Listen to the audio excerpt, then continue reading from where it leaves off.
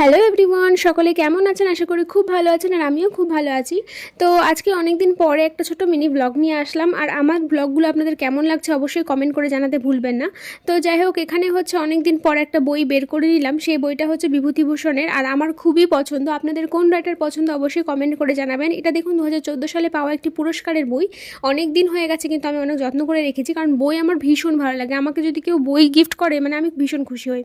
তো যাই হোক, আমি বইটা নিয়ে বসে পড়েছি একটু পড়ার জন্য, কারণ অনেক দিন থেকে একটু ভালো লাগছিল না। তো ভাবলাম যে একটা বই পড়ি, তাহলে বেশ ভালো লাগবে।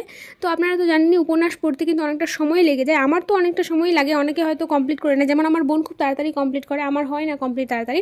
তো অনেক কিছু ডিসাইড করার পর ভাবলাম যে একটা অ্যাডভেঞ্চারাস গল্প পড়ি, সেটা হচ্ছে চাঁদের পাহাড় পড়বো। আপনারা কে পড়েছেন বা কে চাঁদের পাহাড় যে মুভি আছে সেটা দেখেছেন অবশ্যই আমাকে কমেন্ট করে জানাবেন। আর আমার যদি এইসব মিনি ব্লগ, ছোটো ছোটো ব্লগগুলো আপনাদের ভালো লাগে, তাহলে অবশ্যই কিন্তু আমাকে ফলো দিয়ে একটু সাপোর্ট করবেন।